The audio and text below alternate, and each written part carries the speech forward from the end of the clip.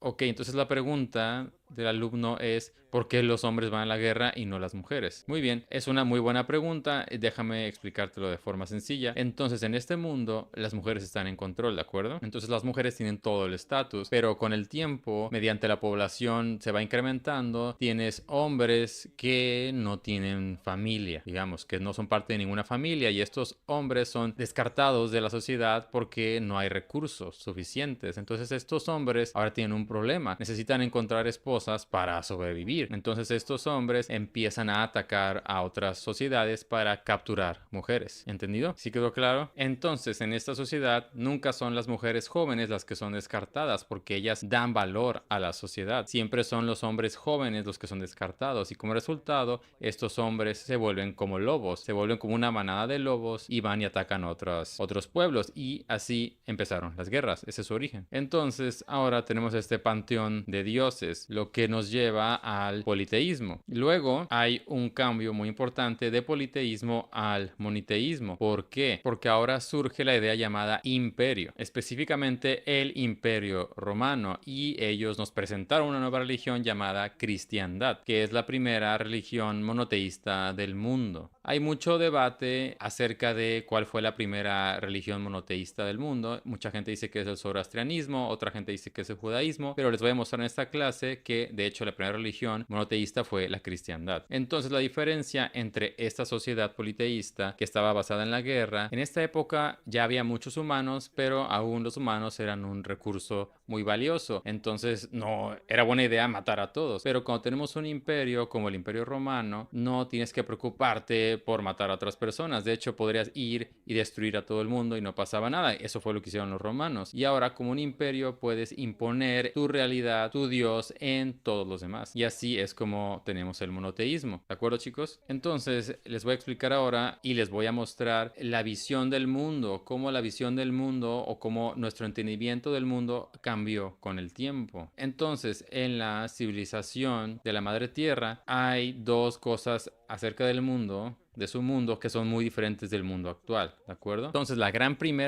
diferencia, y que es muy importante que ustedes lo entiendan, es que ellos entendían que la mente lleva a la materia. Primero tenemos a la mente y esto nos lleva a la materia. Pero en nuestro mundo actual creemos que es la materia lo que nos lleva a la mente, ¿de acuerdo? Entonces en la clase de ciencia te enseñan que tienes un cerebro y que el cerebro y la sinapsis crean a la mente, ¿de acuerdo? Que la materia lleva a la mente. Y aunque nos enseñen esto, si lo piensas un poco, de hecho no tiene ningún sentido. Porque ¿cómo es que nuestros pequeños cerebros pueden hacer tanto procesamiento que es la mente? ¿De acuerdo? ¿Cómo es que podemos imaginar? ¿Cómo es que podemos soñar? Es muy confuso. Y honestamente, si le hablas a los mejores neurocientíficos del mundo, su respuesta siempre va a ser no nos preguntes eso, ¿de acuerdo? Nunca van a decir no sabemos, siempre es no preguntes esto. Esta pregunta está prohibida en la neurociencia. ¿De acuerdo? Pero a través de toda la historia de la humanidad creíamos que la mente lleva a la materia, que es la mente lo que crea el cerebro para poder entender el mundo. Eso tiene mucho más sentido que la materia lleve a la mente, ¿de acuerdo? Entonces esa es la primera gran diferencia. A través de la historia de la humanidad, la mayoría o todas las sociedades creían que la mente lleva al cerebro, a la materia. La segunda mayor diferencia es que este es un mundo metafórico, o en otras palabras, hablaban usando metáforas, ¿de acuerdo? Entendían el mundo a través del lenguaje de metáforas. El mundo en el que vivimos hoy es un mundo literal. ¿Cuál es la diferencia? Pues la diferencia es muy importante. Digamos que tú y yo peleamos, ¿de acuerdo? Bueno, digamos que lo que nos pasó fue que yo me enojé, la emoción me sobrepasó y le pegué a él, pero luego él se enojó también y me golpeó de vuelta. Eso es una interpretación literal. Pero en ese entonces, la interpretación metafórica era que la ira es un dios que se apodera de mí y me impulsó a pelear. Y entonces la ira desató al dios de la venganza que contraatacó apoderándose de la otra persona para contraatacarme, ¿de acuerdo? Entonces nosotros creíamos en la historia de la humanidad que estábamos controlados por fuerzas fuera de nuestro control. Pero ahora muchos creen que el mundo literal tiene más sentido. Pero si lo piensas por un momento, desde la perspectiva del pensamiento humano, la forma de entender el mundo, la forma de interpretarlo, lo que ocurre en el mundo, el entendimiento metafórico de hecho es mucho más útil. Y es por eso que, y yo sé que es difícil que lo entiendan, chicos, pero en ese entonces eran personas mucho más creativas de lo que somos al día de hoy. Y también las cosas que eran capaces de hacer en ese entonces son más allá, están más allá de nuestra imaginación. Por ejemplo, nunca de verdad entendimos cómo los egipcios crearon las pirámides. Nuestra explicación es que lo hicieron los extraterrestres porque su mente está más allá de nuestra imaginación. Entonces eso nos prueba el cambio, ¿de acuerdo? Entonces cuando vamos al mundo politeísta, este sistema aún continúa, pero añaden unos elementos para hacerlo más complejo, ¿de acuerdo? Entonces el primer elemento es que ellos creían que estábamos controlados por dioses, somos los juguetes de los dioses. Y ahora lo que es muy importante entender es que estos dioses, Zeus, Apolo, Ares, no son muy diferentes a los mortales. La única diferencia es que ellos son inmortales, viven para siempre. Por ejemplo, si eres un rey, ¿qué es lo que te gusta hacer?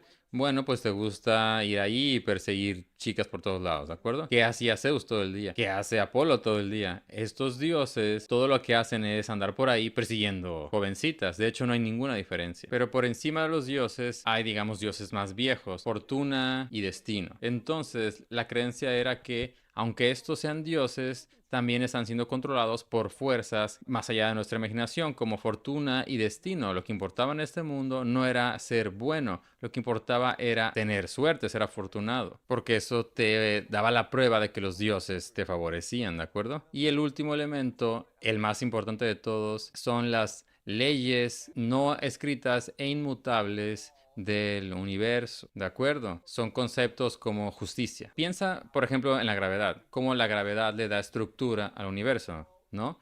Bueno, pues en ese entonces creían lo mismo, creían que en el nivel más fundamental había conceptos que existían como la justicia. Tú podías ser muy bueno con los dioses, podías ser muy afortunado, pero si hacías cosas que fueran injustas, entonces eventualmente serías castigado por esto porque estás rompiendo la estructura del universo. Entonces, esto era el mundo politeísta. Y ahora cuando vamos al mundo monoteísta, todo esto cambia porque ahora tenemos un nuevo concepto que nunca había existido antes en la historia de la humanidad, llamado un solo Dios. Y esto cambia todo, ¿de acuerdo? Porque antes, como pueden ver, los humanos peleaban de una forma muy complicada, sofisticada, diversa, una forma muy imaginativa, pero ahora con la cristiandad solamente hay un Dios verdadero y por lo tanto tienes tres nuevos conceptos que se vuelven dominantes en este mundo. Estos conceptos ya existían antes, pero ahora son dominantes. El primer concepto es la idea de verdad. Si hay solo un Dios verdadero, entonces debe de haber solamente una verdad universal. Entonces, cuando nos acercamos hacia la verdad, eso es bueno, ¿de acuerdo? Pero cuando nos alejamos de la verdad, entonces eso es malvado, es malo. Entonces tenemos un nuevo concepto llamado maldad, que no existía antes en realidad. Antes hacías cosas buenas porque simplemente te convenía. Pero ahora en este mundo, si tú desafías a Dios, eso es malvado, ¿de acuerdo? Entonces ahora con lo bueno y lo malo tenemos un nuevo concepto llamado el individuo. Antes en este mundo lo que importaba era tu familia, tu comunidad, tu sociedad, la gente alrededor de ti. Pero ahora con la idea de solo un Dios, la comunidad, la familia no importa. Lo que importa es tu lealtad, tu fe en un solo Dios verdadero. Entonces puedes irte de la comunidad y simplemente hacer lo que crees que sea correcto mientras tengas fe en el Dios verdadero, ¿de acuerdo? Entonces, estos tres conceptos, el de verdad, el de maldad y el del individuo, son importantes para ustedes que los recuerden, porque son la base del mundo actual de la modernidad. Estos tres conceptos, una vez que crecen hasta cierto punto, crean el mundo, la modernidad, el mundo en el que vivimos hoy. Nuestro mundo está controlado por estas tres fuerzas. Ahora, lo que es importante que entendamos es que estos tres conceptos van más allá de nuestra intuición humana. Uno no puede de manera lógica deducir o no se le pueden ocurrir estos tres conceptos, ¿de acuerdo? Este mundo de la madre tierra es intuitivo, ¿de acuerdo? Este mundo politeísta también es intuitivo, pero el mundo cristiano es contraintuitivo. Entonces, como resultado, para que digamos, triunfe el monoteísmo porque es tan contraintuitivo, tiene que destruir ahora el mundo politeísta, ¿de acuerdo? Entonces los romanos pasaron mucho tiempo, muchos siglos y siglos destruyendo el mundo politeísta. Pero aquí la cosa es que en realidad tú nunca puedes matar una idea. La idea, si es oprimida, simplemente se va a la oscuridad, ¿de acuerdo? Entonces recuerden, en la civilización de la Madre Tierra, el principal instrumento de la adoración religiosa eran los rituales de fertilidad de las mujeres, pero ahora que apareció la guerra y que los hombres se apoderaron o empezaron a apoderarse de las mujeres, lo que sucedió es que las mujeres se fueron a la oscuridad para crear nuevas organizaciones religiosas llamadas escuelas de misterio. Y las escuelas de misterio lo que trataban de hacer era intentaban mantener el mejor conocimiento y tradiciones de la Madre Tierra, de la civilización de la Madre Tierra, ¿de acuerdo? Especialmente el hecho de que venimos de la mente. Nosotros creamos el universo a través de nuestra imaginación, ¿de acuerdo? Ese es el secreto más importante que quieren mantener. Y estas escuelas de misterio se vuelven muy populares dentro de la élite porque ofrecen muy buen sexo, digámoslo así. La élite quiere entrar a estos clubes de misterio como clubes de sexo, básicamente. Y recuerden, en esta civilización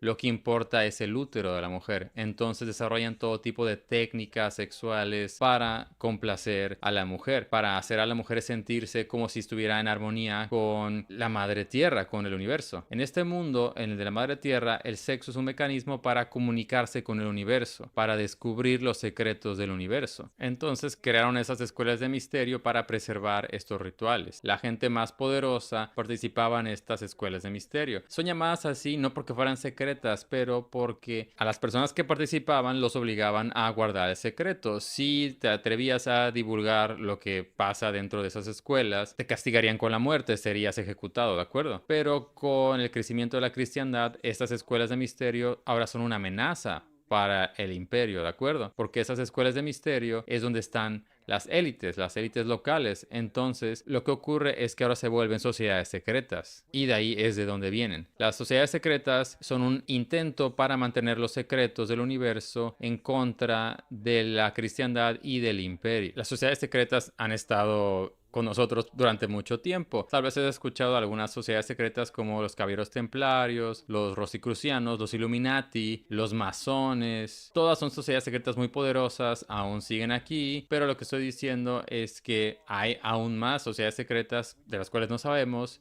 y que han estado existiendo durante mucho más tiempo, pero todos están tratando de mantener lo mismo, el secreto del universo, que es que la mente lleva a la materia. Ese es el gran secreto del universo. Eso es algo que siempre creímos y siempre supimos, pero con el desarrollo de la cristiandad esto ha sido oprimido y borrado, ¿de acuerdo? Entonces, ¿alguna pregunta antes de que continúe con otra cosa?